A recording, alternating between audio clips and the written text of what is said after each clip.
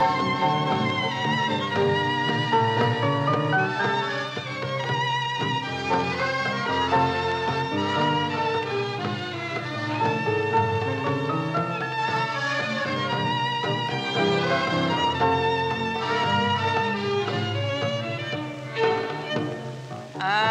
الورقة المسكينة اللي سقطت من العار وصرت يبسة يبسة وحزينة راني هايمة ما نعرف وصرت يبسة يبسة وحزينة راني هايمة ما نعرف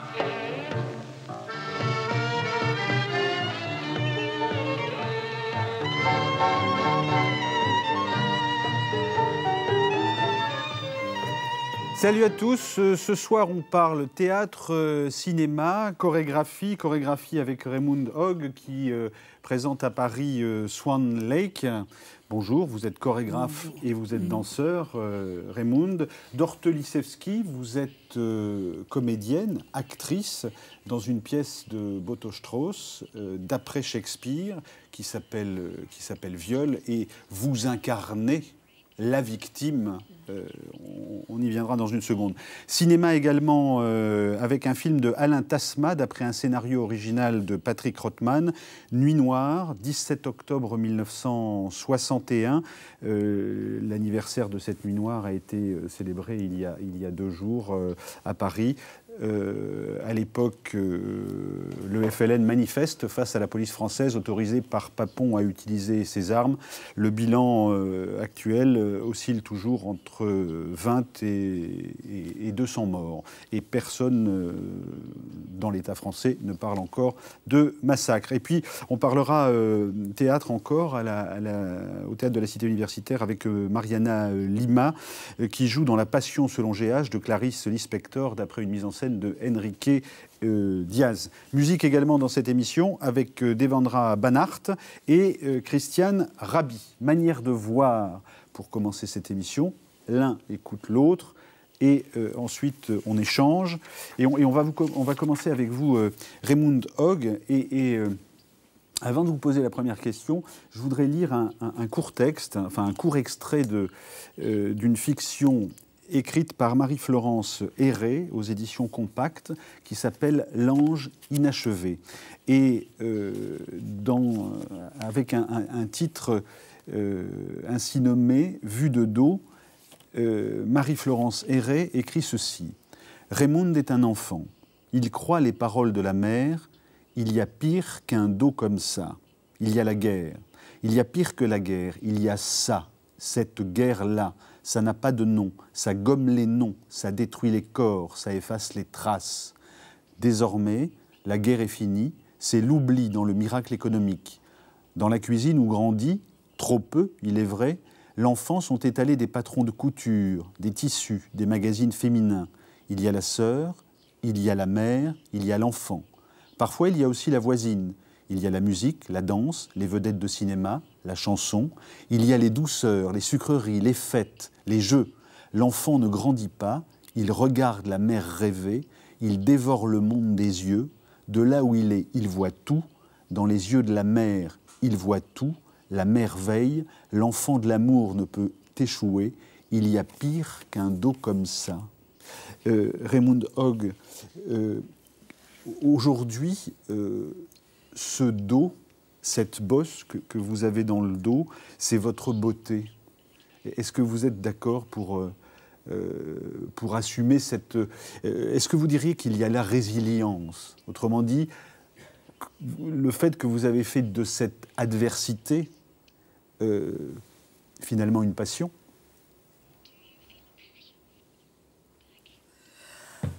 Je ne pourrais pas parler de passion.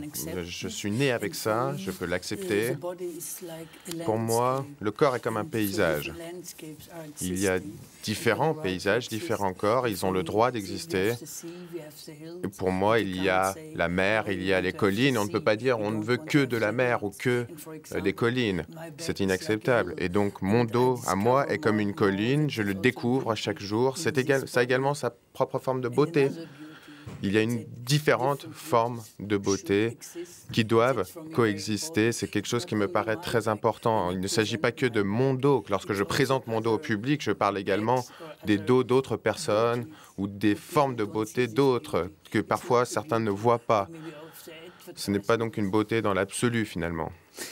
Est-ce que vous vous considérez comme ou est-ce que vous vous êtes considéré comme une victime avant d'assumer finalement, alors que vous travaillez avec Pina Bausch, et d'assumer à 45 ans d'être le danseur de votre propre ou de vos propres chorégraphies?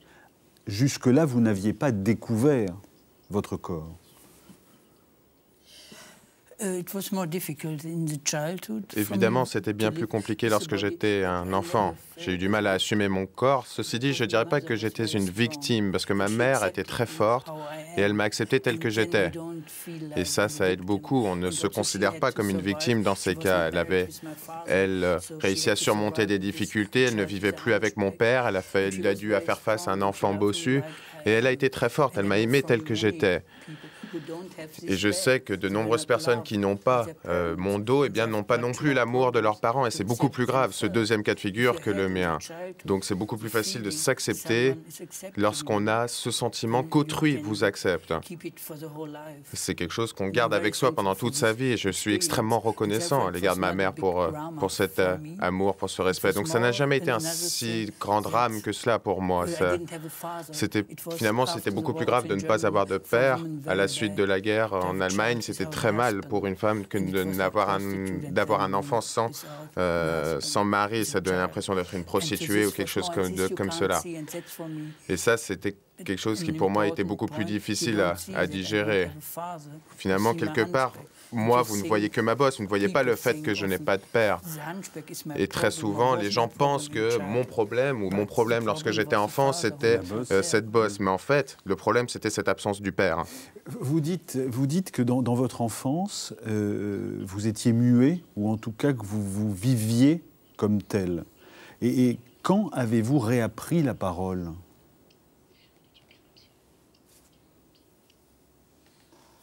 Je ne comprends pas. Quand vous étiez enfant, vous dites que vous étiez muet, que vous ne parliez pas. Quand avez-vous retrouvé la parole ? Comment est-ce que vous êtes réapproprié le monde avec les mots ? Ceci est lié à l'histoire allemande également. Après la guerre, il y avait beaucoup de choses dont on ne parlait pas. On ne parlait pas de la guerre, justement. On ne parlait pas de l'Holocauste. On ne parlait pas de sexualité non plus. On ne parlait pas non plus d'un corps comme le mien. C'était des personnes qu'on ne voyait pas dans la rue. On les cachait, en quelque sorte. Ensuite, j'ai été journaliste et j'ai fait énormément de portraits de personnes, de membres de minorités en Allemagne. Et en parlant de ces autres personnes, cela m'a aidé à finalement parler de moi-même, de mon corps. Ça m'a aidé à comprendre ça m'a appris à comprendre que ce n'était pas forcément si grave de dire j'ai cette bosse, ça n'induit pas forcément d'autres problèmes. Donc, je crois qu'aujourd'hui, les gens me voient différemment. Ils ne me voient plus forcément en tant que problème. Ils me voient comme quelque chose que je suis prêt à mettre sur scène, à présenter à d'autres. Donc, c'est quelque chose que j'ai pu apprendre à travers les autres, en écrivant à propos de la vie d'autres. Donc, c'est quelque chose que j'ai fait pendant très longtemps, pendant 20 ans. Et c'est quelque chose qui m'a permis d'apprendre beaucoup. Vous êtes connu en France et vous êtes célébré, reconnu en France. Est-ce qu'il est plus facile de travailler en France qu'en Allemagne ? Je suis très surpris de voir à quel point on me comprend ici. Évidemment, la France a une histoire qui est différente. Et pour moi, la manière dont les gens acceptent mon corps ici... Vous remettez l'oreillette pour la traduction. Cette manière d'accepter mon corps, donc je disais... Eh bien, on n'a pas exactement la même chose en Allemagne, puisqu'il y a eu cette histoire de la sélection des corps par les nazis. Peut-être que mon corps n'aurait pas été accepté à l'époque. On l'aurait envoyé dans des camps de concentration. Toutes les personnes qui avaient des handicaps étaient bien souvent massacrées par les nazis. Et je crois qu'il y a parfois ce tabou par rapport au corps. D'autre part, je crois que mon travail que je présente est différent. En ce qui concerne le lac des Cygnes, j'ai fait quelque chose en Allemagne, et ensuite il y a ce que j'ai fait en France, où très souvent, eh bien, ou par rapport au cas où en Allemagne, on me présentait comme le vilain petit canard, eh bien, les choses étaient différentes. On m'a présenté différemment. Personnellement, je ne me vois pas comme le vilain petit canard, mais en France, on perçoit une beauté dans mon corps ou dans le travail que je fais. En Allemagne, on perçoit la beauté différemment, je pense. Ici, les gens arrivent à voir cette beauté, arrivent à aller au-delà de cette image de vilain petit canard. Image de vilain petit canard, en la circonstance, il s'agit de cygnes, puisque votre dernier spectacle, c'est Swan Lake, donc le lac des cygnes. Avant de parler de votre travail et de la manière dont vous travaillez et des choses importantes pour le spectateur quand on va vous voir, je voudrais, c'était presque une forme de clin d'œil, mais c'est par rapport à la chorégraphie. Comment est-ce qu'on on s'engage dans ce métier? Et je voudrais vous montrer un extrait du Lac des Cygnes, signé Tchaïkovski, par le Ballet de Leningrad. C'est le 1er janvier 1958. 2 vedettes russes du ballet, Nathalie Douvinskaï et Konstantin Sergueïev. Extrait.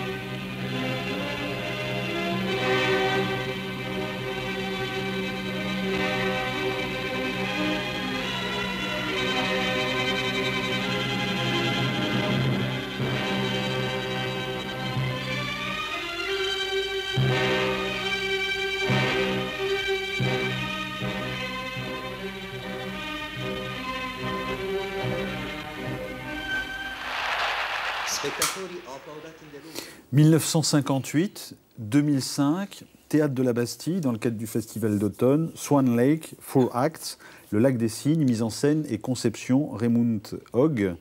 Je vais vous demander de faire le comparatif, mais avant, je voudrais qu'on voit la différence. Et je voudrais qu'on regarde un extrait de votre spectacle.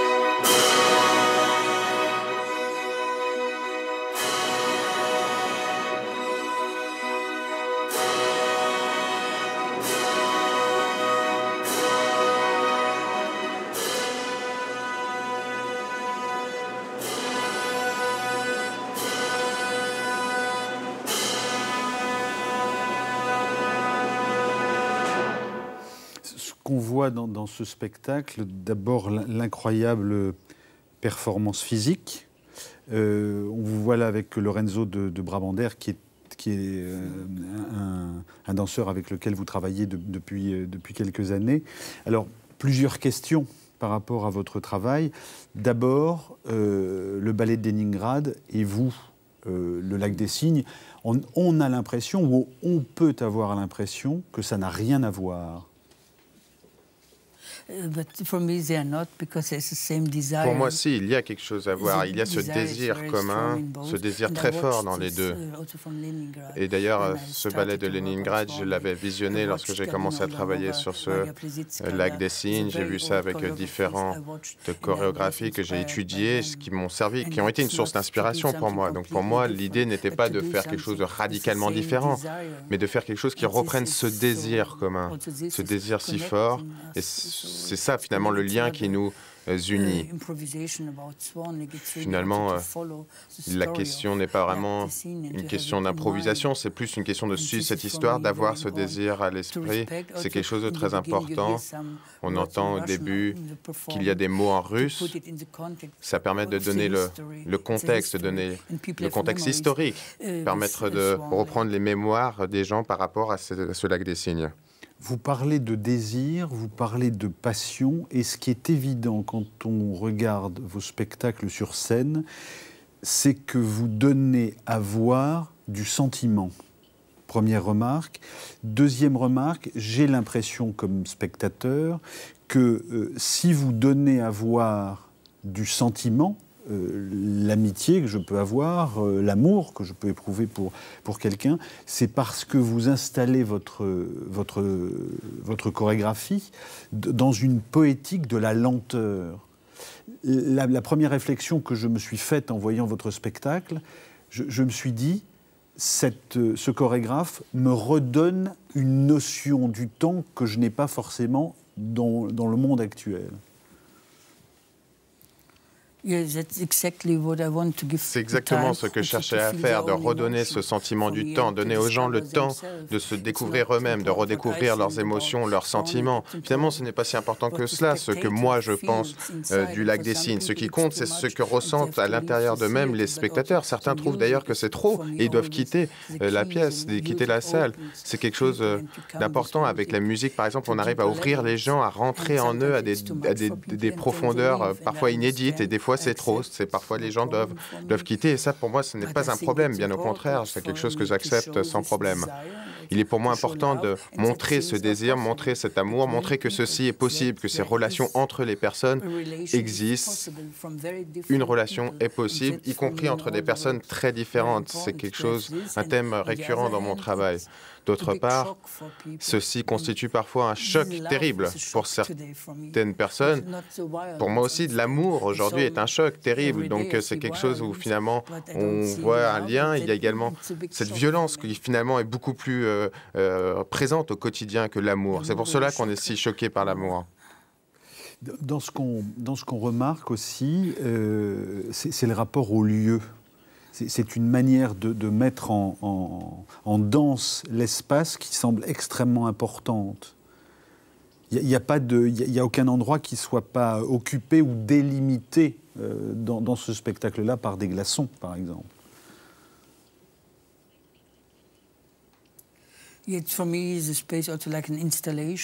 Pour moi, c'est un peu comme une installation, on va dire. C'est-à-dire que je pose des objets, il y a un mouvement, il y a une espèce de flottement. Rien n'est fixé une fois pour toutes.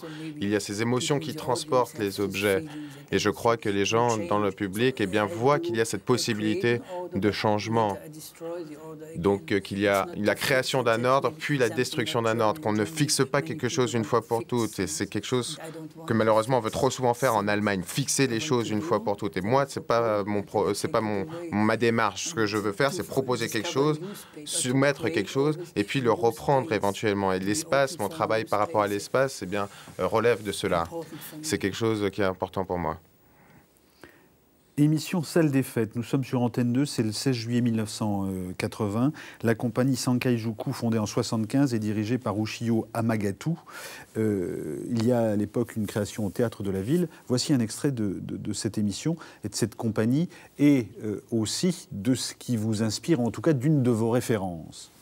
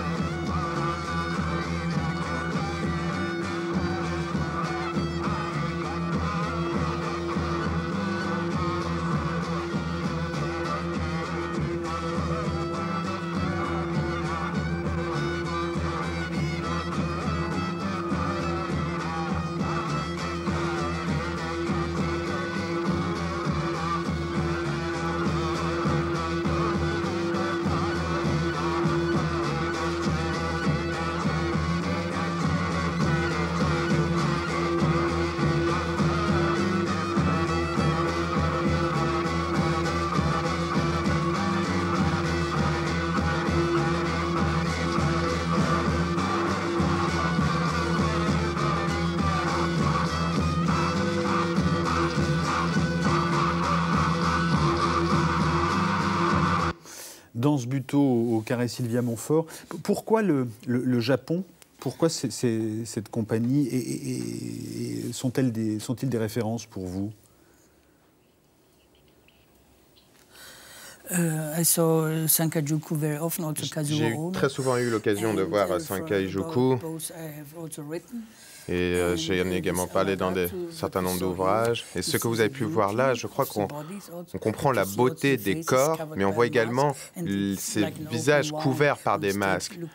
Et ça ressemble finalement à une blessure quelque part. Et pour moi, c'était quelque chose de très fort que de voir ces personnes se mouvoir. Et tout ce qu'on voit, c'est leur beauté. Et puis d'un coup, ils se retournent, on voit leur visage. Et puis il y a ce qui ressemble pour moi à une blessure. Ensuite, en ce qui concerne le directeur de Sankei-juku, il m'a expliqué que pour lui, le théâtre, c'est finalement une rencontre spatiale pendant 2 heures, qui dure 2 heures. Et pendant ces 2 heures-là, on partage un espace. On partage un espace et un temps. Et ça, c'est quelque chose qui m'a beaucoup marqué, qui est très important dans mon travail.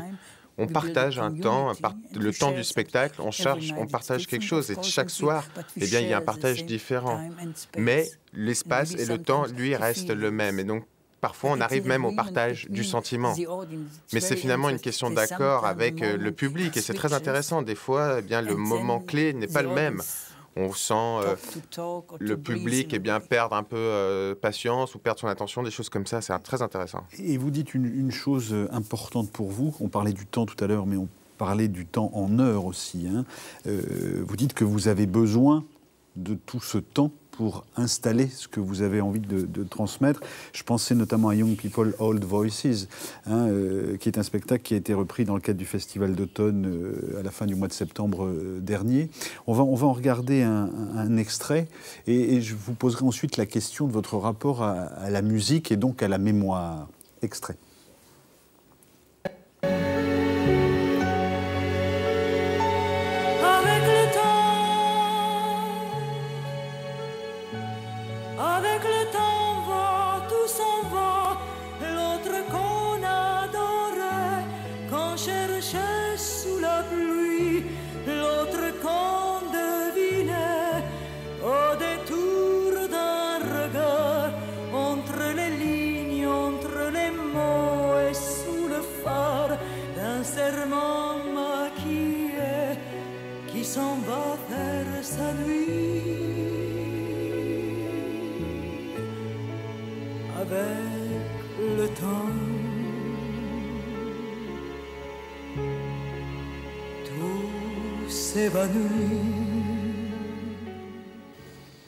Raymond Hogg, il y a chez vous un véritable engouement pour la mémoire musicale, et la mémoire musicale est populaire.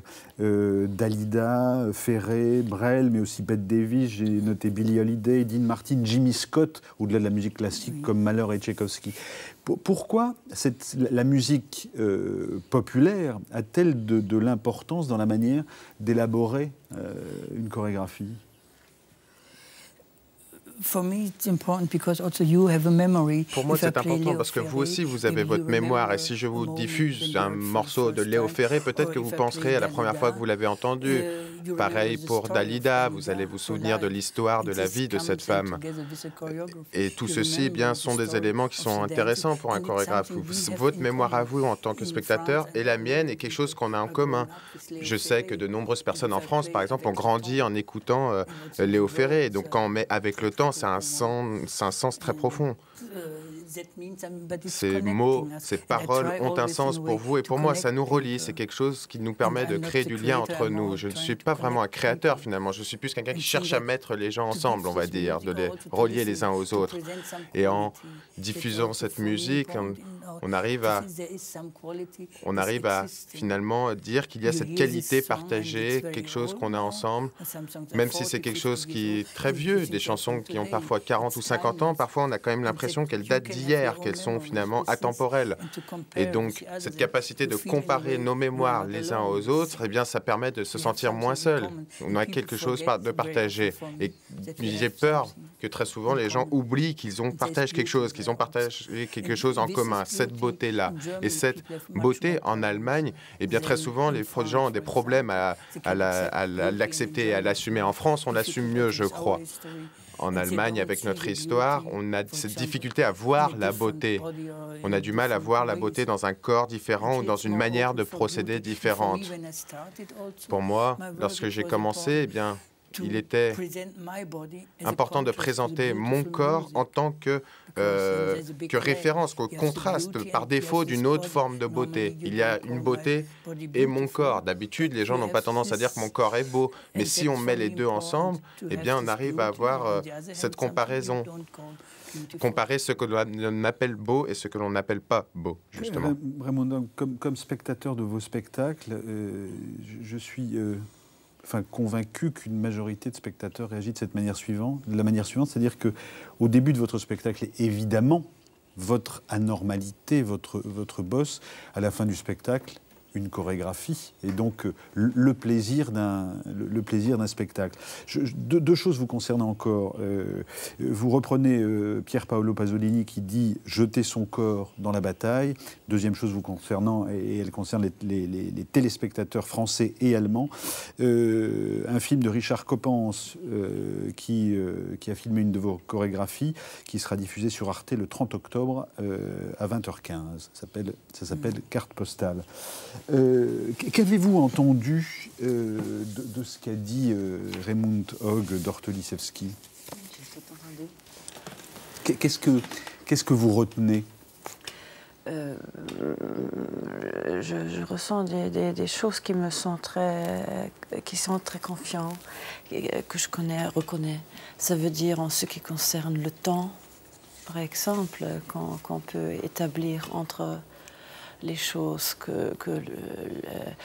être sur le plateau ou créer une œuvre de l'art, c'est pour déplier le temps un peu, pour trouver les trous dans le temps, pour raconter des choses qui normalement on ne peut pas raconter dans la vie peut-être, ou lancer un autre coup d'œil sur les choses.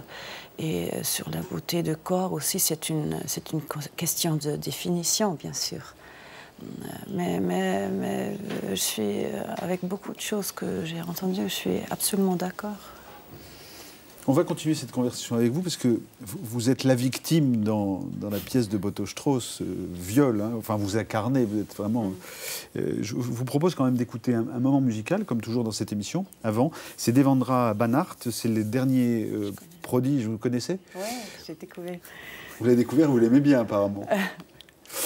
folk américain, il est très allumé, comme les gens qui l'entourent. Il fait tout ce qu'il veut. Et il met, enfin bon, le folk, c'était plutôt dans les années 60. Et ben, il prouve qu'en 2005, on peut être aussi inventif et aussi entraînant, comme vous venez de le montrer.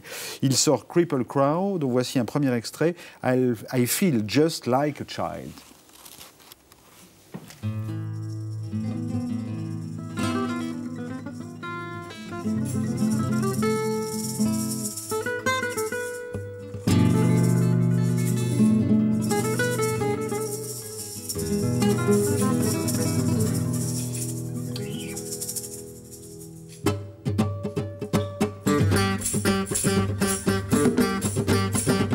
Well, I feel just like a child. Yeah, I feel just like a child. Well, I feel just like a little child. Well, I feel just like a child. From my womb to my tomb, I guess I'll always be a child, yeah. Well, I need you to tell me what to wear, and I need you to help me comb my hair, and I need you to come keep me amused, and I need you to come help me tie my shoes down. From my cave to my grave, I guess I'll always be a little child.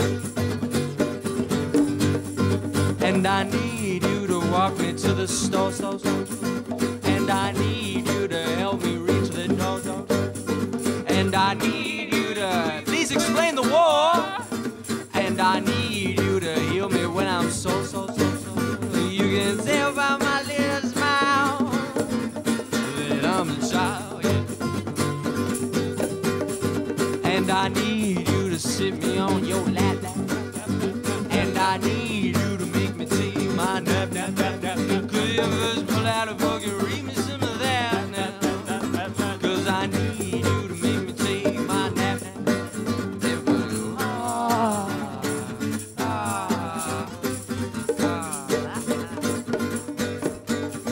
And I need you to recognize my pain, cause they're there even though you don't see them.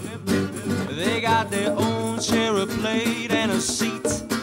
You know I won't touch my food unless they eat. From the roof to the floor, I crawl around a little more, cause I'm a child, yeah. And I need you to help me blow my nose. And I need you to help me put on my clothes. And I need you to help me count my toes. 1, 2, 3, 4, 5, 6, 7. I need you to hide it where it shows. From being my daddy's sperm to being pegged in and burned, I'm a child. And when I steal, you gotta smack me till I cry. Well, don't you stop till the tears run dry. See, I was born thinking all under the sky. Well, it didn't belong to a couple of white guys. Sucking on my mama's wrist when they lay my soul to rest. I'm a child. Well, I'm a little child now. I'm a little child now. I'm a little child now. I'm a little child now. Well, I'm a little child now. I'm a little child now. Well, I'm a little child now. I'm a little child now. Well, child. J'adore. Devendra Banhart, qu'on retrouvera tout à l'heure. Vous dites j'adore. Oui, j'adore ça. Comment est-ce qu'on passe de l'un à l'autre? C'est-à-dire, est-ce qu'il y a besoin, quand on joue un rôle comme le vôtre, est-ce qu'il y a besoin de se détendre ou de faire la part des choses? Oui, bien sûr, bien sûr. En particulier dans ce spectacle, où on avait vraiment des répétitions très dures, très longues, très intensives. C'était indispensable de vraiment trouver de retrouver la beauté, l'harmonie, la décontration et tout ça. C'était très nécessaire. Ouais. Est-ce que dans votre travail de comédienne, ça se passe en amont avant ou après? C'est-à-dire, aujourd'hui, vous êtes dans la pièce, vous êtes dans votre rôle.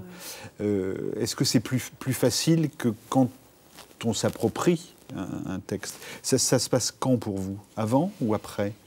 Non, ça se passe avant. Ça veut dire, quand on joue, par exemple, ça se passe vraiment... Ça commence quand je me réveille le matin. Je suis déjà dans le tunnel. Ça veut dire il y a un timing qui existe et qui me permet d'être privée ou de mener une vie privée. Et puis, c'est bien entendu qu'à partir d'un certain point pendant la journée, ça change. Et ça change radicalement. Mais après la représentation, je crois que c'est pareil chez vous, on a besoin beaucoup de temps pour se perdre ou pour calm down. Ça, c'est aussi nécessaire.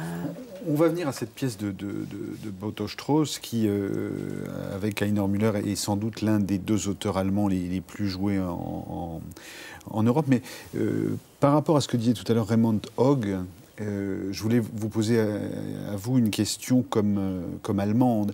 Est-ce que ce que disait Raymond tout à l'heure sur la perception qu'on peut avoir en Allemagne de la normalité ou de l'horreur, est-ce qu'elle vous semble à vous aussi différente de la manière dont elle est perçue en France? Oui, mais à l'inverse, pour moi, comme actrice, comme comédienne ici, je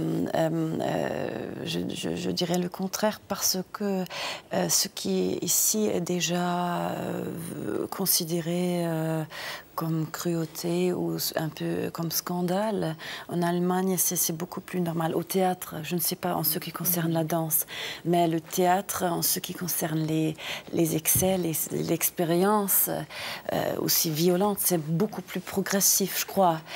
Si ça sert à quelque chose ou non, je ne peux pas juger. Mais en même temps, ici, c'était vraiment différent. La perception de la violence. Vous dites que c'est moins évident en France qu'en Allemagne? Oui, parce que Raymond, il a parlé qu'ici, c'est beaucoup plus facile de découvrir la beauté et d'accepter la beauté dans quelque chose qui, pour nous, en Allemagne, peut-être n'est pas si belle ou si beau. Mais ici, au contraire, je crois que accepter la violence ou la cruauté ou quelque chose de laide, c'est beaucoup plus facile. C'est donc pour ça que je dis que c'est l'inverse, un peu ici. C'est le contraire. Le texte de Boto Strauss, d'après Titus Andronicus de Shakespeare, s'appelle Viol.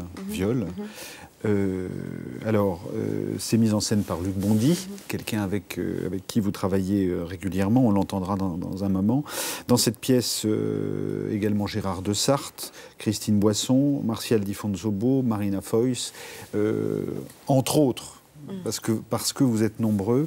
Je voudrais qu'on regarde un premier extrait pour donner une idée de cette horreur dans laquelle on va baigner pendant presque 3 heures. Je parle du pauvre spectateur. Et on va regarder un premier extrait. Donc, Gérard de Sarthe incarne un militaire qui revient de la guerre et qui a perdu une vingtaine de ses fils, qui refuse le poste d'empereur et qui pense couler une vie heureuse auprès de ses enfants, dont vous êtes. Et dans la tragédie, ça ne se passe pas comme ça, parce que, en fait, alors qu'il aspire à la retraite, comme on dirait un peu trivialement, il va entrer dans l'horreur et dans des règlements de compte à n'en plus finir avec l'impératrice, à laquelle précédemment, dans l'histoire et dans la pièce, il avait demandé de sacrifier 2 de ses enfants. On est dans le rite de la Rome du IVe siècle avant Jésus-Christ. L'impératrice, c'est Christine Boisson, et c'est avec elle que vous avez une dispute terrible avant que Christine Boisson ne vous livre à ses fils. Extrait.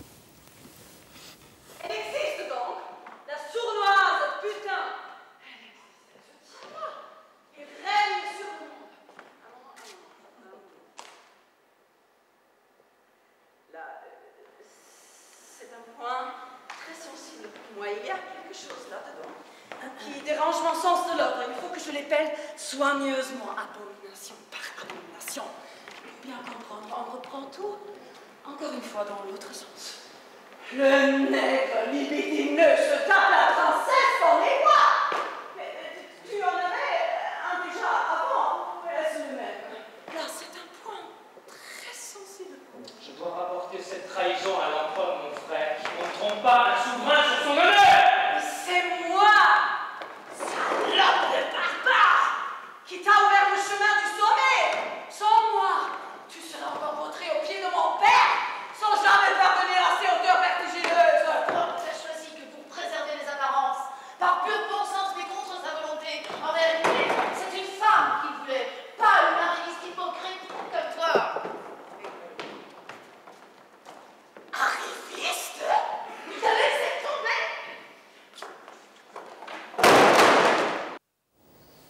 Mon Dieu.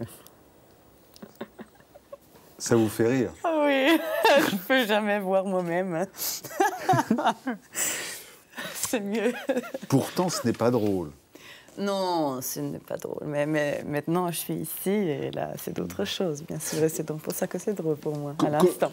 Commentaire sur ce qui est en train de se mettre en place et qui va être l'acte abominable, hein, et donc dans le plus pur esprit de la tragédie, votre viol par les fils de l'impératrice incarné par Christine Boisson.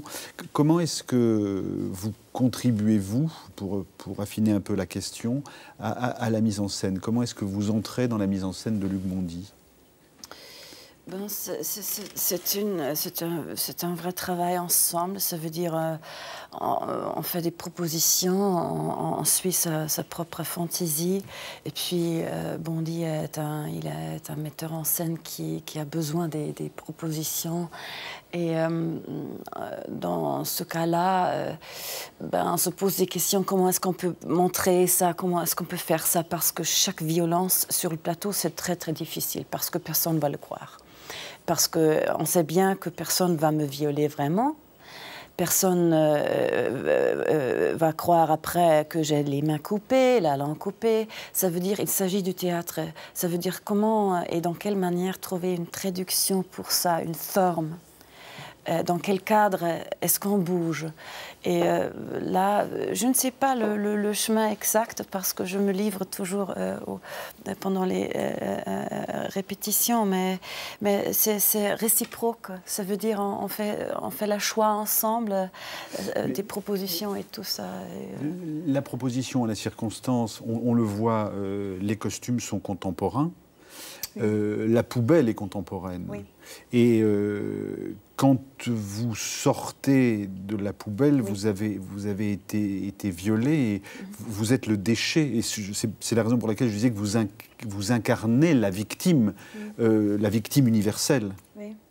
Oui. Et c'est terrifiant de vous voir sortir de cette poubelle.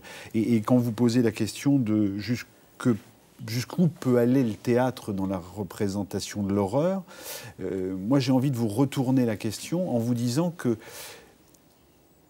on s'habitue, et c'est ce qui est terrifiant, à telle enseigne qu'à la fin de la pièce, l'impératrice va manger ses propres enfants dans un pâté. C'est un pâté de fils, on appellerait ça un pâté de fils. Et comme spectateur, on a cette réflexion, on se dit, mais on se dit, bah oui, c'est normal. Et c'est là où c'est terrifiant. Et le théâtre nous habitue à la normalité de l'horreur. Oui, bien sûr. Mais c'est Shakespeare, vous savez, c'est une histoire très... c'est pas Boto Strauss, en ce cas-là. Ça veut dire les atrocités de l'homme, c'est omniprésent par les temps, par les siècles, c'est omniprésent. Et en ce qui concerne la cruauté, peut-être c'est pour le spectateur que quelqu'un qui est avant intact est montré comme... pure plaie, parce que quand je sors de la poubelle, je porte un soutien-gorge et je porte le sang comme vêtement. Ça veut dire, la nouvelle définition de cette femme, c'est d'être une plaie, d'avoir perdu toute son identité qu'elle avait possédée avant. Voilà, et puis il y a une redéfinition du caractère, une invention de l'identité. Mais ce qui est, je crois, beaucoup plus difficile, c'est d'accepter que quelqu'un qui est mutilé comme ça, qu'il a encore un désir. Et ça, c'est la pièce, et ça, c'est Boto Strauss qui a vraiment renforcé cette trace dans la pièce et donné un peu plus de psychologie là-dedans. On va d'ailleurs en regarder un deuxième extrait. Est-ce que techniquement, vous faites un travail spécial pour porter ce qui recouvre vos moignons, pour être dans une logique du son et non plus de la parole, puisque vous êtes censé ne plus avoir de langue, ne plus avoir de main, pour ne pas dénoncer vos violeurs. Est-ce que ça, c'est un apprentissage particulier? Non, j'ai inventé ça. J'ai inventé ça parce que Boto Strauss, il a seulement décrit qu'elle porte des prothèses comme des gants en argent. Et moi, je trouvais toujours qu'avoir vraiment du métal, ça aide à jouer parce que ça possède un certain poids et ça aide à jouer. Et l'autre chose, avec la bouche, je n'ai rien là-dedans. On a essayé avec une sorte de prothèse, mais là, cela ne fonctionnait pas. Ça veut dire, je m'imagine comme l'état d'âme d'avoir pas la langue, d'avoir pas le pharynx, et voilà, c'est ça. Titus, qui est votre père, va trouver un stratagème pour vous faire dénoncer vos violeurs. Et le stratagème, c'est d'écrire dans le sable. Deuxième extrait de cette pièce. Tu vois, ça marche aussi sans des mains. Hein? Bon, à toi maintenant. Écris proprement, comme moi. Écris le nom du criminel dans la poussière. Ah bon.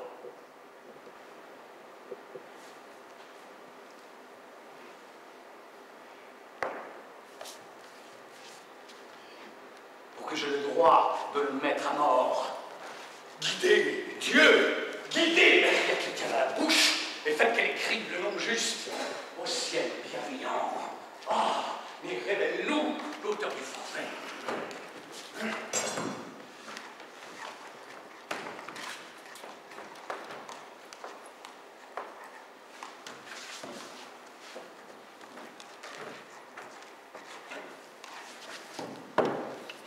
Regarde mon oncle, comme elle est habile à tracer les mots avec le manche.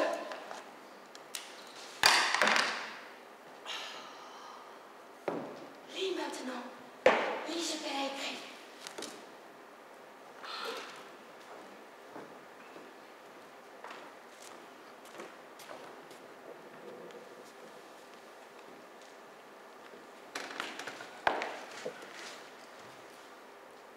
Lavinia est torturée de désir.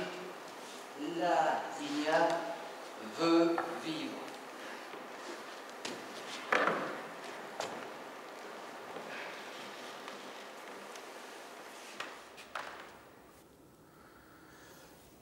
Commentaire sur les rapports du fils, du père et de la fille. Donc ce père qui ne va pas trouver la bonne réponse à la douleur de sa fille.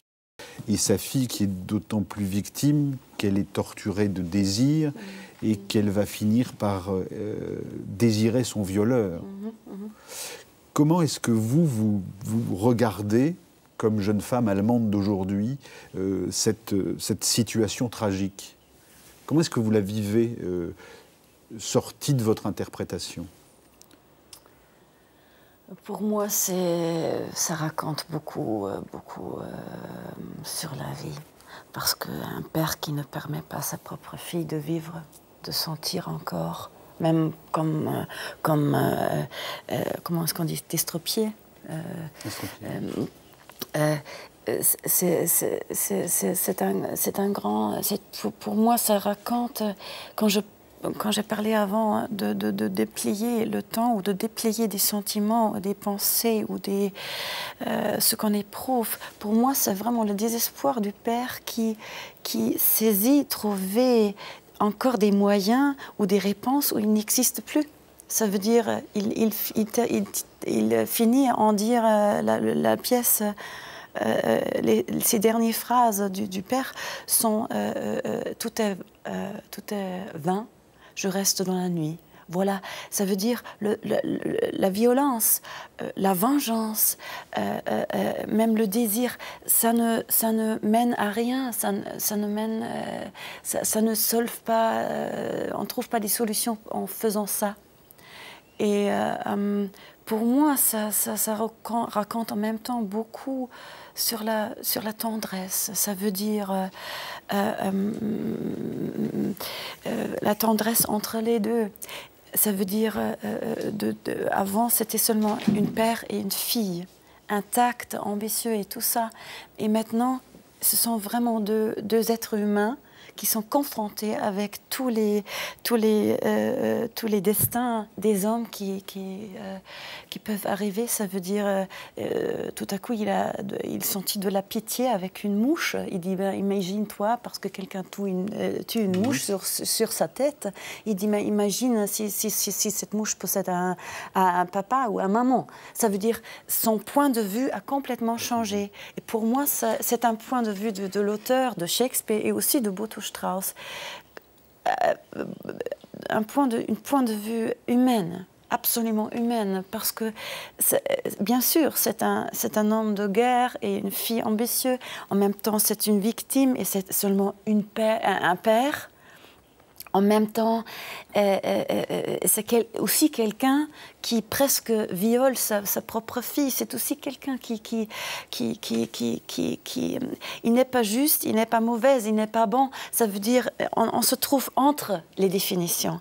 Et ça, c'est où le théâtre, où l'art commence, pour moi. C'est se trouver entre les définitions. Est-ce que vous êtes une tragédienne ? Ça, je sais pas. Non, parce que quand on regarde Klaus Michael Gruber, Stein, Luc Bondy, oui. On est plutôt dans un registre tragique. Oui, ça dépend, parce qu'avec Bondy, j'ai aussi fait Sacha Guitry. Non, mais bien sûr. Mais la tragédie humaine, c'est bien sûr ce qui m'intéresse, parce que je ne suis pas... bien sûr, il existe peut-être d'autres gens, mais moi, je ne trouve pas ma mission, ou mon intérêt, ou ma nécessité, ou ma seule possibilité de vivre, c'est de me trouver, bien sûr, en me posant ces questions, ensemble avec quelqu'un comme Gruber ou avec quelqu'un comme Bondy, parce que là, on se trouve ensemble en posant quelques questions sur la vie et en se mettant à la recherche des réponses. Mais c'est toujours, on cherche, ce ne sont pas des vraies réponses, ce sont des recherches. Luc Bondy, on va l'écouter. Il était invité des mots de minuit, c'était le 24 mars 2004, et il parle de la relation singulière qu'il peut avoir avec ses acteurs. Je pense que toujours, quand on est dans un travail compliqué, il faut aussi avoir l'espace pour la blague, et aussi parce qu'il ne faut pas non plus que les acteurs, il ne faut pas trop les fixer sur ce qu'ils font, il faut les détendre en même temps. Donc, je m'amuse aussi beaucoup. Les acteurs deviennent intéressants quand ils ne savent plus rien, dites-vous. Oui. Mais oui, quand ils ne savent plus rien, quand ils ne sont pas trop conscients de ce qu'ils font et qu'on n'a pas l'impression qu'ils sont en train... Je déteste, vous savez, pour ça, j'ai toujours eu beaucoup de retenue vis-à-vis du théâtre de Brecht, et ce qui est resté de brechtien dans le théâtre, c'est que j'ai jamais aimé les démonstrations sur scène. J'ai jamais aimé qu'un acteur joue quelque chose et en même temps nous montre quelque chose. Je préfère qu'il joue quelque chose et qu'il oublie, et qu'il ne montre pas toujours qu'il est plus intelligent que ce qu'il joue et qu'il montre avec son doigt ce qu'il fait. Luc Bondy avec Elias Sambar, il vous fait rire aussi, vous... Enfin, en fait, vous riez... Non, parce que je suis d'accord, parce que la conscience, c'est vraiment quelque chose avec laquelle on lutte toujours, parce que, bien sûr, on doit être conscient de ce qu'on fait. En même temps, il faut oublier, c'est un état d'âme complètement schizophrène et contradictoire, mais il a complètement raison, c'est donc pour ça que je ris. Vous savez que vous êtes très italienne dans votre manière d'utiliser les mains. Je suis mal à l'aise parce que je cherche les mots, c'est peut-être à cause de ça. Non, vous êtes allemande et tous les deux, vous nous permettez de faire une émission un peu européenne, hein, oui. Aujourd'hui. Quels sont C'est ma question sur... quelles sont les différences majeures que vous voyez, puisque vous partagez entre la France et l'Allemagne? Quelles sont les différences majeures dans votre domaine d'expertise, le théâtre, que vous voyez entre la France et l'Allemagne? Ça, je ne peux pas vraiment juger parce que je suis vraiment occupée ou très involvée dans ce travail-là. Ça veut dire les conditions sont bien sûr différentes parce que normalement, en Allemagne, par exemple, je suis dans un ensemble, ça veut dire je suis engagée fixe. Ici, les gens se rencontrent pour jouer ensemble, pour créer immédiatement et dans très peu de temps une intimité qui est indispensable pour travailler ensemble parce que c'est toujours un travail très intime. Et ça crée bien sûr une autre atmosphère que des gens qui travaillent longtemps ensemble, qui ont confiance, qui possèdent une certaine continuité et qui savent mieux et plus vite se déchiffrer l'un à l'autre. Ici, on doit être 100% concentré pour saisir vraiment les possibilités de se réjouir et de gagner l'espace pendant les répétitions. L'Allemagne, c'est Bochum, donc cette ville Berlin, oui. Où Gérard Mortier, le Belge, dont Gérard Mortier a fait quasiment une capitale du théâtre, et puis bien sûr Berlin, où vous vivez également. C'est à Berlin que ça se passe aujourd'hui, la scène culturelle allemande est à Berlin, malgré la chute du mur? Oui, je crois. C'est Berlin. Oui, en tout cas, parce que bien sûr, toutes les influences des beaux-arts, par exemple, et aussi de la danse, mais c'est plutôt, je crois, la scène, en allemand on dit la Hofszene, et pas les établissements subventionnés qui donnent vraiment des nouvelles impressions et des nouvelles... Presque encore comme à Avignon. Oui, peut-être, oui. Raymond, qu'avez-vous entendu de ce qu'a dit Dort Lisewski? Qu'est-ce que vous retenez de ce qu'elle a dit? Yeah, of course, and also when she was talking about the violence Elle a parlé de violence et du fait d'être une victime. Il y a pour moi cette lutte pour ne pas devenir une victime. Et donc cette guerre qui se retrouve au sein du corps. Si vous voyez mon corps, vous comprenez ça, je pense. Je n'ai pas besoin de me porter un masque ou quoi que ce soit. Et donc pour cette raison, c'est peut-être parfois plus simple pour moi de jouer ce genre d'émotions-là. Mais il y a de grosses différences également, puisque je travaille essentiellement en France et je vois de grosses différences, puisque je ne travaille pas en Allemagne, ou très peu. Ensuite, vous avez parlé de votre expérience, mais le fait que tout ne se passe pas uniquement en théâtre, mais également dans la rue, qu'il y a ces regards différents, vous en avez parlé. Moi, je dirais que ici, eh bien, je me sens beaucoup plus accepté, que ce soit sur scène ou dans la vie quotidienne, à la boulangerie, etc. Dans le métro, dans la rue. C'est quelque chose que j'apprécie énormément. Donc il y a peut-être cette différence de point de vue. Lorsque je me retourne en Allemagne, eh bien, je suis extrêmement surpris. J'ai été la semaine dernière et là encore, j'ai retrouvé ce regard différent qui ne me rend pas très fier finalement de l'Allemagne. Et je suis assez surpris qu'il y ait encore ce regard-là, qu'il ne soit pas capable de comprendre ou d'accepter la différence. J'ai le sentiment que cette acceptation de la différence n'existe plus ici. Et c'est pour moi fondamental, tout à fait fondamental que l'on accepte la différence. On a quelque chose qui nous sépare, mais également quelque chose en commun. On continue cette émission. Deuxième moment musical, on retrouve Le Fou Furieux que vous aimez bien, d'Evandra Banhart. Deuxième extrait de Cripple Crow, ça s'appelle Long-Haired Child.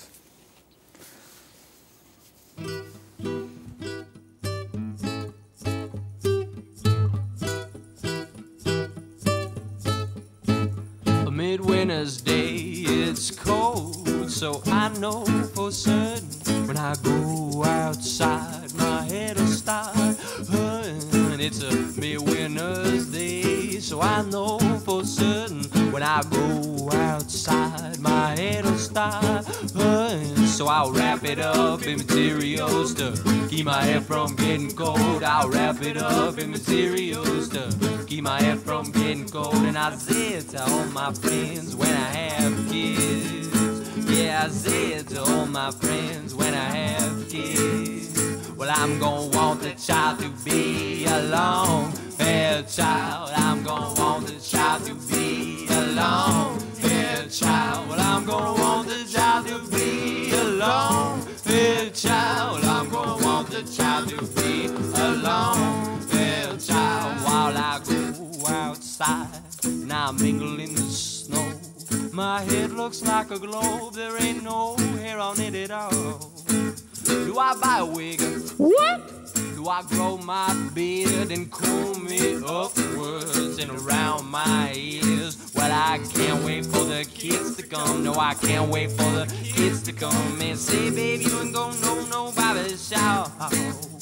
'Cause I won't, yeah, I won't. And I know for certain I'ma want the child to be a long-haired child. Well, I'm gonna want the child to be a long-haired child. Well, I'm gonna want the child to be a little long-haired child. I'm gonna want the child to be a long-haired child. While I go outside and I wait for all the snow to settle, you know, I'd rather be home, putting on the kettle to warm my little brain and body.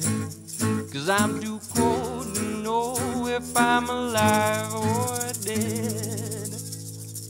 But then my baby slips out my mama's womb. Then my baby slips out my mama's womb. We're gonna enter a new life, enter a new life, that's for sure. Gonna enter ourselves back through our baby's front door. If you want that baby to be a long-haired child, you're gonna make that baby be a long-haired child, that's for sure. Baby, baby, that's for sure. Shibop, shibop, shibop, shibop, shibop, shibop. Shibop, shibop, well, all right now, yeah. Shibop, shibop, shibop, shibop, yeah, now. Shibop, shibop, shibop, shibop.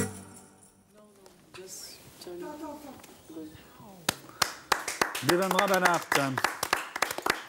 Nous ont rejoint Mariana Lima au Théâtre International, Cité Universitaire, mise en scène de Enrique Diaz, La Passion selon GH, d'après Clarisse Lispector, et Patrick Rothman pour Nuit Noire, dont vous êtes le scénariste, film d'Alain Tasma. On commence avec vous, Patrick Rothman. Il y a eu une manifestation il y a 2 jours où quelques Algériens ont manifesté pour évoquer cette fameuse nuit d'octobre 61 où 30 000 Français d'Algérie musulmans manifestaient pacifiquement et se sont fait tirer dessus, pour parler vulgairement. Et il y a 3 jours, la manifestation s'est arrêtée un peu avant le lieu de commémoration et elle était arrêtée par un cordon de CRS ou de policiers. Je trouvais que c'était très symbolique d'un État qui n'a pas encore fait son travail de reconnaissance ou son travail de deuil. Ça dépend si on se place du côté de la raison d'État ou pas. Qu'est-ce que vous pensez, vous, de là où on en est aujourd'hui, alors que même si des gestes ont été faits, notamment par rapport à la Deuxième Guerre mondiale, etc., on a encore sur l'Algérie cette pesanteur dans nos têtes?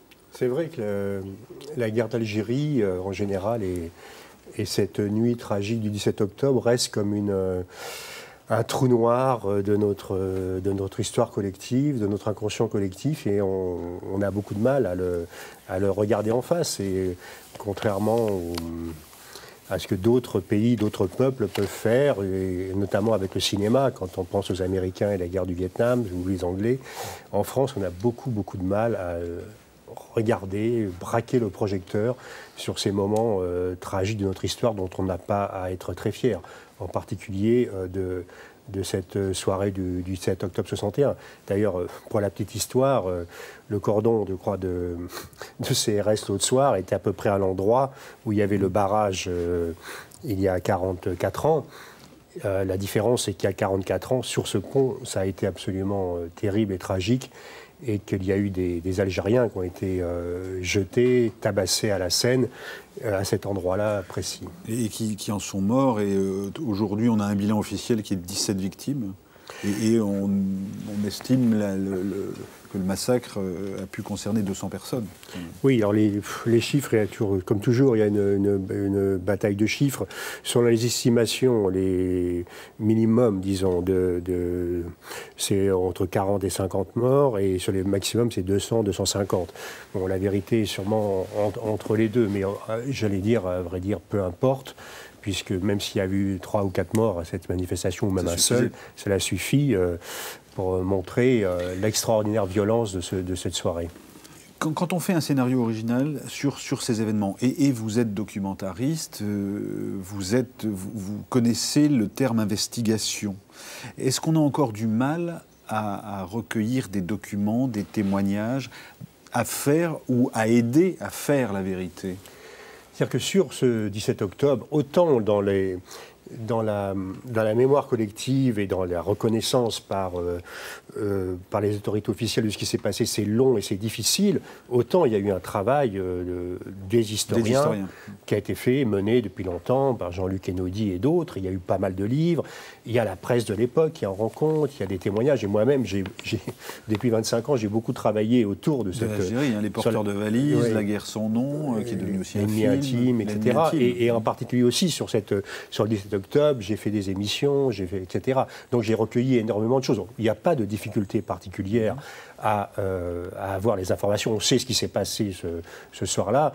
Il y a un historien qui s'appelle Jean-Paul Brunet qui a eu accès aux archives de la préfecture de police et qui a écrit un livre, disons, de ton modéré, mais que je trouve terriblement, finalement, accusatoire, parce qu'il démontre effectivement l'extraordinaire violence de cette soirée. Dans ce film dont on regarde un extrait, Maurice Papon, c'est le seul acteur ou personnage de ce film dont les textes sont authentiques. C'est-à-dire que tout ce que vous faites dire à Thierry Fortineau a été dit par Monsieur Papon. Oui, c'est-à-dire que c'est le seul personnage réel qui a existé vraiment. Les autres sont des personnages de fiction inventés avec des bouts d'histoire de ce temps, d'autres personnages qui ont pu exister, d'autres qui n'ont pas existé du tout. Lui, c'est absolument... et notamment, il y a deux phrases terribles dans le film. L'une où il dit, pour un, vous en descendrez 10, et puis un autre moment où il dit... si vous prenez en flagrant délit les membres du FLN, vous les abattez sur place. Il y a un préfet de police qui donne l'ordre d'exécuter sur place, dans les rues de Paris, des membres des commandos FLN, qui n'étaient pas des petits saints, bien entendu, et qui eux-mêmes faisaient des attentats. Et donc cette phrase-là, elle est dans une circulaire qu'il a dictée. Ce n'est pas une phrase que j'ai inventée, c'est une circulaire qu'il a dictée. Extrait du film que vous avez scénarisé.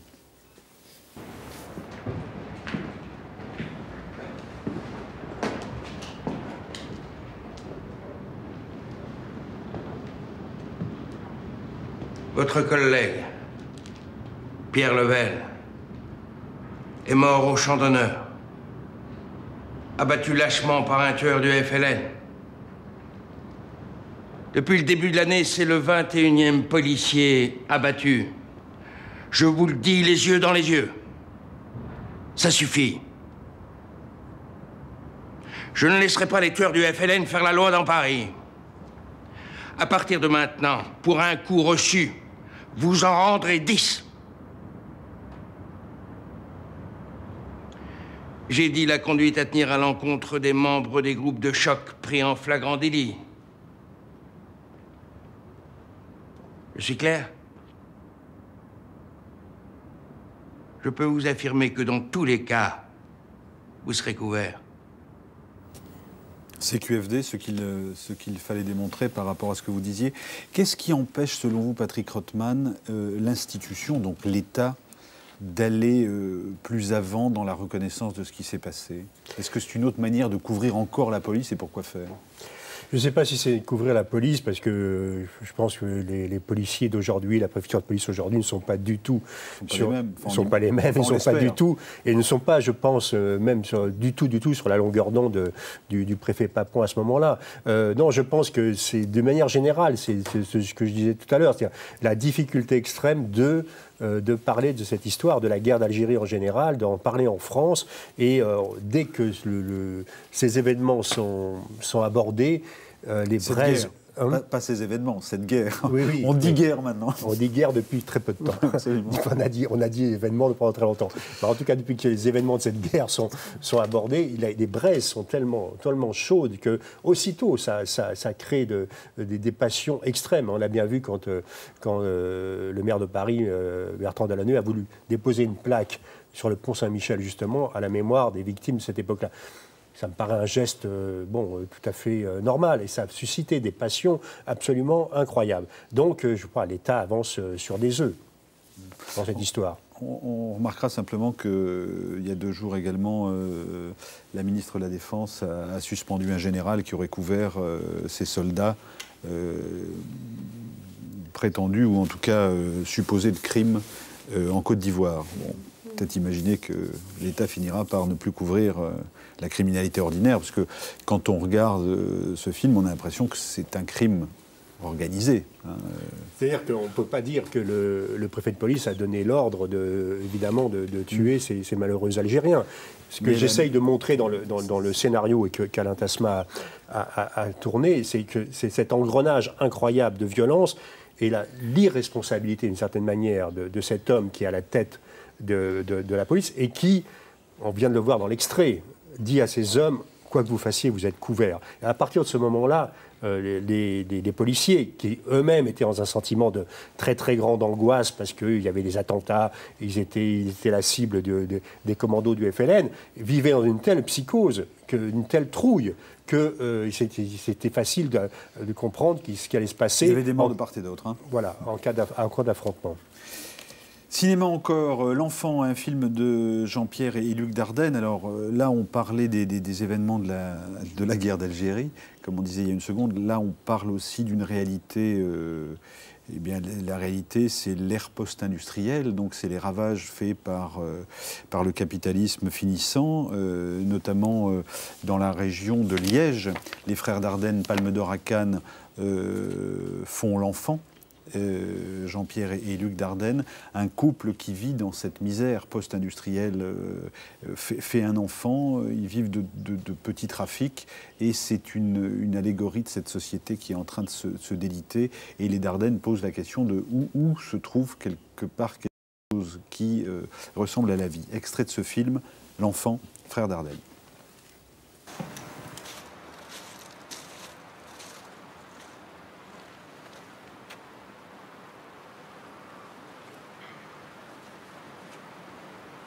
J'ai envie de dormir avec toi.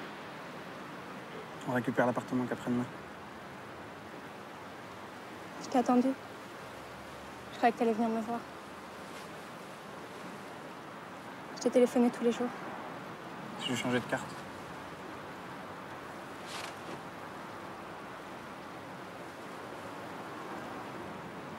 Il est né vendredi, à 1h du matin.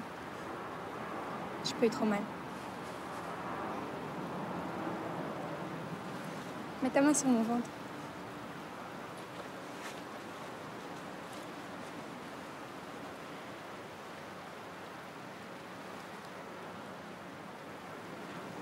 Demain, il faut qu'on aille à la commune pour que tu le reconnaisses. Il faut aussi lui trouver un deuxième prénom. T'as une idée? Non.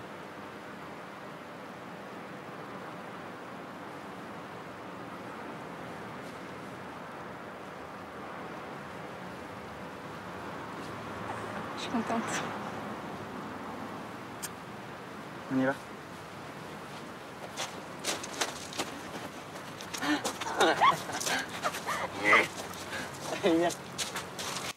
Les frères Dardenne qui traquent depuis tous leurs films la réalité de ce que le sociologue Pierre Sansot appelle les gens de peu.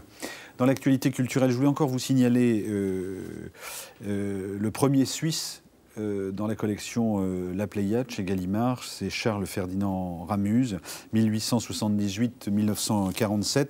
On connaît assez peu Ramuz, il est suisse. Il habite le Valais, il a écrit un journal, il a écrit des poèmes, il a écrit des chansons, il a écrit plus de 20 romans. Et André Gide disait de lui que c'était le créateur et l'ouvrier d'une langue. Donc je vous conseille d'aller découvrir. Moi, c'est l'occasion de lire, en tout cas, un auteur dont je ne connaissais que le nom, un auteur suisse publié à La Pléiade. Mariana Lima, bonjour. Bonjour. Vous êtes, vous aussi, sur scène, à partir, plutôt, je vais dire, d'un texte qui s'appelle « La Passion selon G.H.», de Clarice Lispector. Clarice Lispector qui est morte il y a quelques années, qui est russe d'origine et qui a ensuite vécu au Brésil. Qu'est-ce que c'est la passion selon G.H., cette jeune femme que vous incarnez dans une offre théâtrale assez singulière, puisque Enrique Diaz partage la scène en 3 salles dans lesquelles se promènent les spectateurs, pour en fait se promener à l'intérieur du cerveau de cette jeune femme qui a eu une révélation parce qu'un jour elle s'est retrouvée face à face, où elle s'est vue dans les yeux d'un cafard. Bon, j'essaie de parler en français, mais c'est ça. tout le dit tout. C'est une jeune femme brésilienne qui habite dans un appartement et à Brésil où on a des bonnes qui travaillent avec les gens. Ce sont des riches. Comme? C'est un appartement de riches. Oui, bourgeoises. De riches. Et elle est là, et elle décide d'arranger son appartement, et elle trouve un cafard. Mais ça, c'est le beginning. Le début. Du début vraiment transformation philosophique et d'une expérience qui Clarice a écrit sur sa personnage. C'est très intérieur, mais très... Le caractère de Clarice sont comme ça, très quotidienne et très profond en même temps. J'ai pensé évidemment à la métamorphose de Kafka parce que cette jeune femme nous donne à voir ce qui se passe à l'intérieur de sa tête et sa véritable... Elle devient la bête. Oui. Elle devient cette horrible chose. C'est différent. Je pense que pour nous, c'est différent de Kafka parce que à ce moment, à ce œuvre-là, c'est le début d'un insight. Et le Kafka, c'est une chose différente, c'est un type d'expérience différent. C'est seulement le first insight. Et vous allez encore plus profond? Oui. Je pense, je ne sais pas. J'aime the work of Kafka. J'aime l'ouvrage de Kafka, mais nous n'avons pas étudié Kafka pour interpréter la pièce. Nous n'avons pas été influencés par la métamorphose complètement. C'était très loin, une influence très éloignée. Quelques lignes simplement de Clarice Lispector, publiées à l'édition des Femmes. « J'avais atteint le néant et le néant était vivant et humide. C'est alors que lentement, comme d'un tube, lentement se mit à sortir la matière du cafard qui avait été écrasée. La matière du cafard qui était son dedans, la matière épaisse, blanchâtre, lente, se répandait à l'extérieur comme sortant d'un tube de dentifrice. Sous mes yeux dégoûtés et séduits, lentement la forme du cafard se modifiait à mesure qu'il se répandait à l'extérieur. La matière blanche jaillissait lentement sur son dos comme un fardeau. Immobilisé, il soutenait sur son flanc poussiéreux le fardeau de son propre corps. » Oui, bon. On va regarder un extrait de la pièce et ensuite on parlera de l'offre, ou de l'organisation de la scène. Eu sei, eu tava ali, eu tava sabendo, a barata é comível, como crustáceo. A barata é uma lagosta. Me adivinha? Perdeu os invólucros de lagosta, faz frio, me compreende, porque eu já não estou mais me compreendendo, estou somente amando a barata, e é um amor infernal. Então, pela porta da nação, eu vi que o meu reino é desse mundo, e isso eu vi pelo lado do inferno. E o inferno é a boca que morde e come a carne viva que tem sangue. E quem é comido, uiva! Com regozijos no olho, o inferno é a dor, como o riso, o gosto da matéria, a solene falta de piedade pelo próprio destino, amar mais o ritual da vida que a si próprio. Esse é o inferno e não há punição! Não há punição! Voilà, Théâtre de la Cité internationale, c'est jusqu'au 25 octobre. La proposition théâtrale qui est faite et que vous faites avec Enrique Diaz, l'un et l'autre, vous incarnez le jeune théâtre brésilien. Et la suivante, je le disais tout à l'heure, les spectateurs se déplacent dans 3 lieux et donc suivent la transformation psychique de la comédienne. Ça, c'est une première chose. Deuxième chose, on l'a vu dans l'extrait, il y a cette juxtaposition du texte et des mots écrits. La comédienne parle à la fois en portugais et en français, et il y a une volonté délibérée d'occuper différemment ce qui est traditionnellement une scène. Quel est votre travail? Est-ce que vous pouvez nous en dire un mot sur la manière dont vous concevez cette proposition théâtrale? Vous pouvez parler en anglais. Hein? Oui, I think it's better. Well, we have done this piece for 3 years ago. Cela fait 3 ans que nous avons monté ce spectacle. Et c'est un travail de recherche qui... C'est une recherche qui émane du travail de Clarice Lispector, parce qu'on s'est dit que ce livre ne pouvait pas être adapté pour le théâtre, et puis on a commencé à improviser, à pénétrer dans le travail de Clarisse. Et donc le fait que le public passe d'une salle à l'autre, d'un endroit à l'autre, c'est simplement parce que le personnage passe par plusieurs portes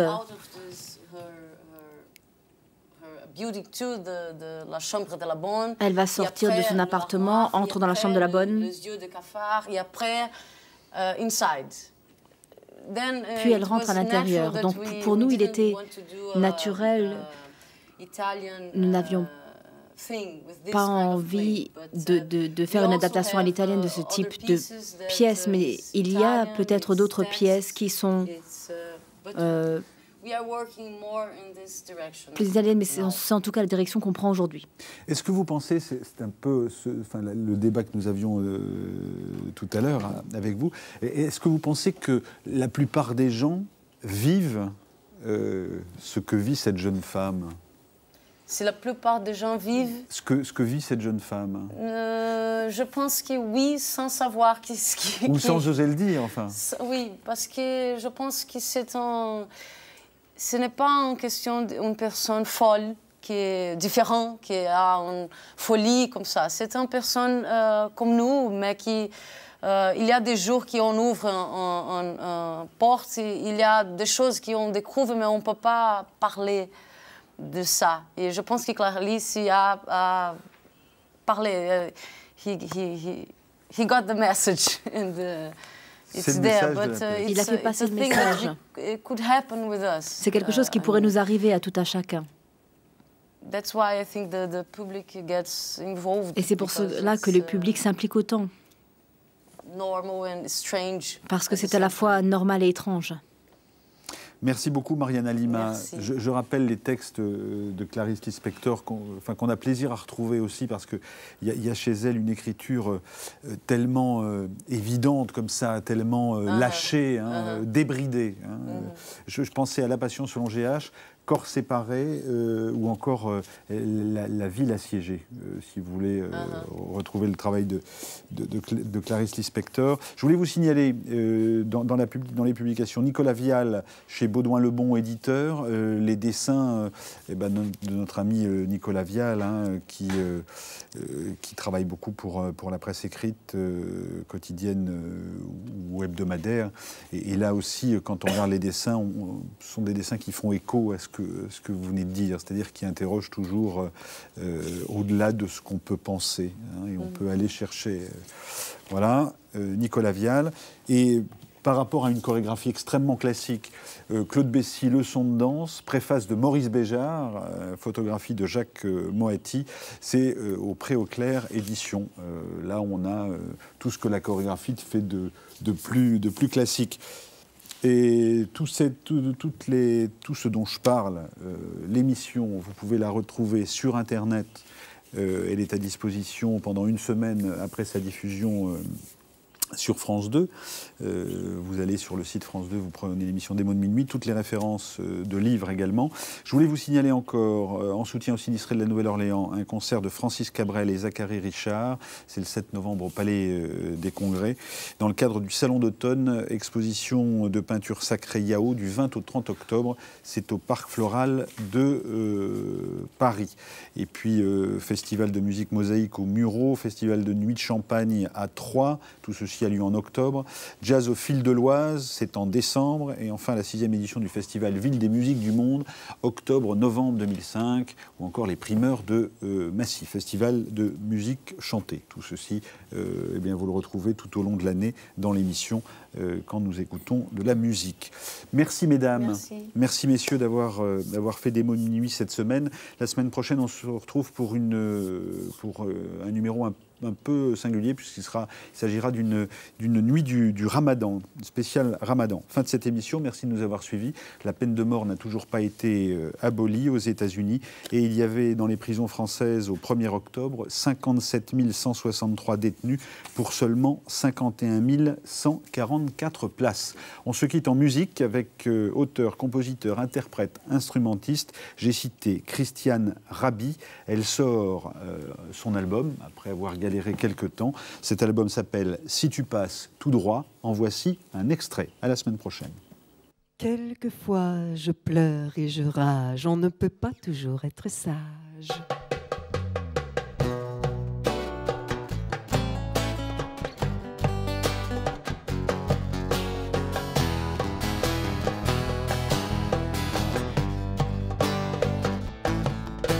J'ai pas de char de l'année, j'ai pas de charpe en toute, j'ai pas de cheveux crêpés, j'ai pas la dernière coupe, pas de condo dans le nord, au sud, à l'est, à l'ouest, y'a que mon chat qui dort, il fait toujours la sieste. J'ai pas de petit tatou caché sur la fesse gauche, j'ai pas d'anneau au sein pour sentir quelque chose. Je suis pas sur l'héroïne, mais j'aime bien la bière. Je suis pas toujours in, mais qu'est-ce que ça peut faire? J'ai pas l'affaire à vague, comme dans le film Diva. Il m'a donné une bague et il m'a laissé là. Je ne suis toujours pas branché sur Internet. Je crois que j'ai une bonne vision, mais j'ai plus de Monsieur Net. Quelquefois, je pleure et je rage. On ne peut pas toujours être sage, comme une image. Quelquefois, je pleure et je rage. On ne peut pas toujours être sage.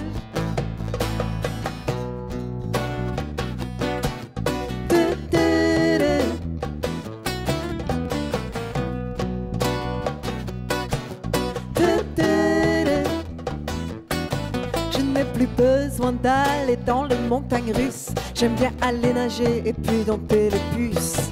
J'avais pas 100% quand j'allais à l'école. Je me suis perdu dans mon imagination. J'aime bien regarder les avions qui décollent. Je me sauverais bien de la civilisation. Quelquefois je pleure et je rage. On ne peut pas toujours être sage.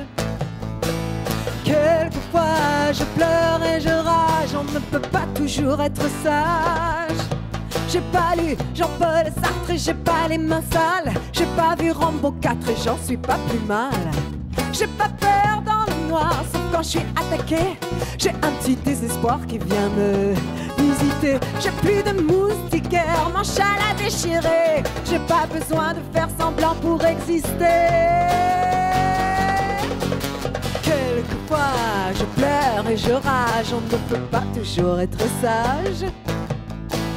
Quelquefois je pleure et je rage, on ne peut pas toujours être sage.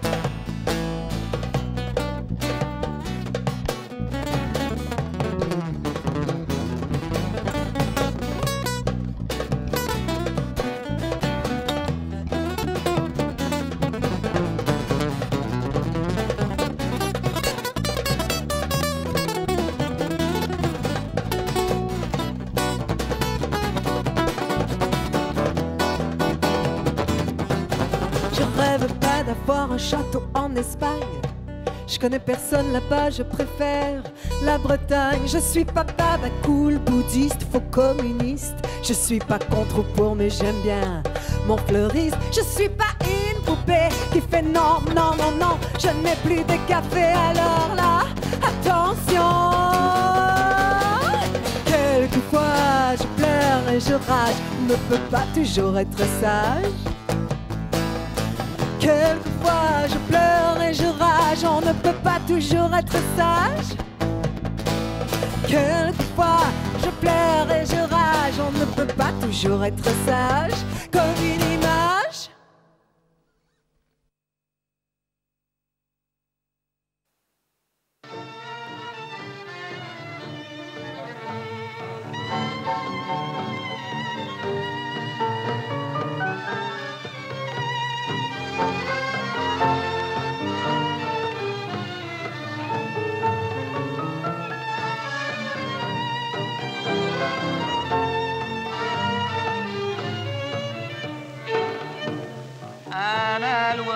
المسكينة اللي سقطت من العار وصرت يابسة يابسة وحزينة راني هايمة ما نعرف وصرت يابسة يابسة وحزينة راني هايمة ما نعرف